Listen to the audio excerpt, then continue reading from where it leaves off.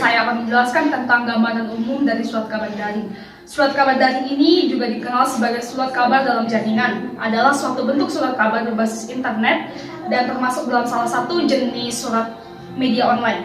Istilah online di sini adalah membuka banyaknya peluang dari surat kabar untuk menjadikan layanan berita yang lebih efektif dan lebih menghemat waktu. Seperti halnya dengan versi cetak, walaupun dalam seperti online, bahwa surat kabar daring ini juga harus memperhatikan hak cipta dan privasi. Nah, contohnya adalah detik.com, di mana mengunggah sebuah berita hanya membutuhkan waktu 10 menit. Nah, di waktu 10 menit ini sudah termasuk dalam pelaporan berita dari reporter, penulisan berita, pengecekan, dan pengunggahan. Nah, dengan adanya kemajuan teknologi komputer saat ini, bahwa surat kabar daring ini juga dapat menghemat biaya produktif dan juga menghemat waktu.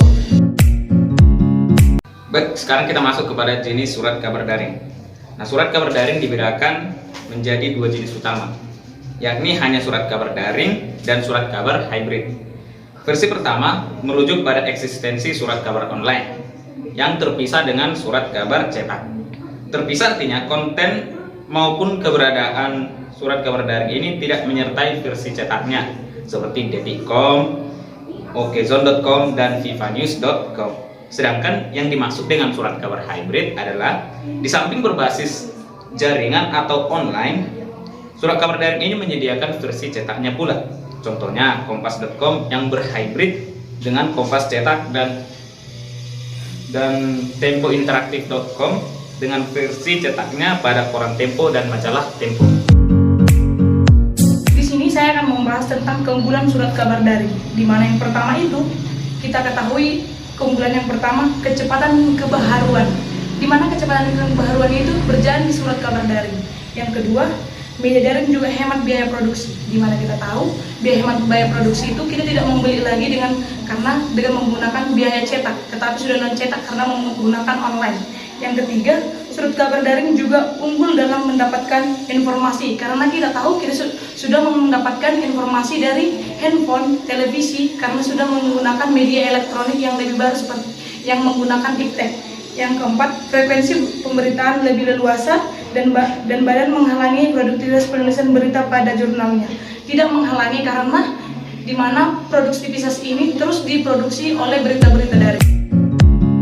Baiklah, saya akan menjelaskan tentang kelemahan surat kabar daring. Kecepatan atau aktualitas pemberitaan di satu sisi merupakan keunggulan utama berita daring.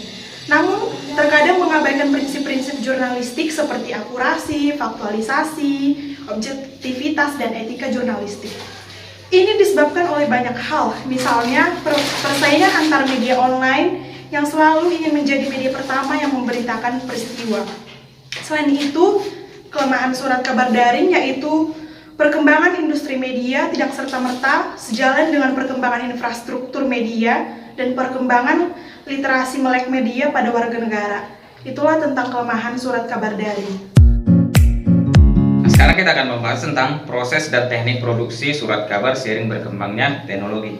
Yang pertama itu proses printing atau percetakan yang dimulai pada tahun 1890-an. Awalnya dibutuhkan ukiran atau cetakan kayu atau metal piringan master yang kemudian muncul litografi untuk mempercepat proses percetakan. Yang kedua, itu proses offset printing yang diperkenalkan diproduksinya komputerisasi membawa pengaruh yang sangat signifikan bagi media cetak. Kini muncul pula teknologi scanners yang dapat mengidentifikasi foto dengan lebih murah. Yang ketiga, teknologi lain adalah keberadaan mesin fotokopi. Fotokopi lebih murah, salah satunya dengan menggunakan kualitas yang lebih murah dibandingkan dengan yang asli. Laser printing dengan kecepatan tinggi dapat menghasilkan gambar dan cetakan yang kualitasnya yang sangat baik.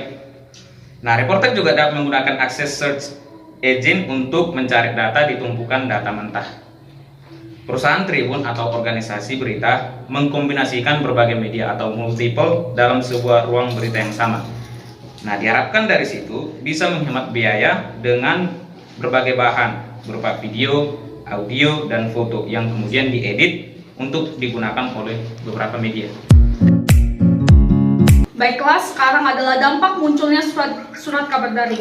Yang pertama adalah hilangnya pembaca surat kabar cetak karena lebih beralih pada surat kabar daring, sehingga mengalami penurunan drastis. Yang kedua adalah turunnya pemasukan iklan, beban sirkulasi, dan pindahnya pembaca media cetak ke portal berita yang gratis di internet.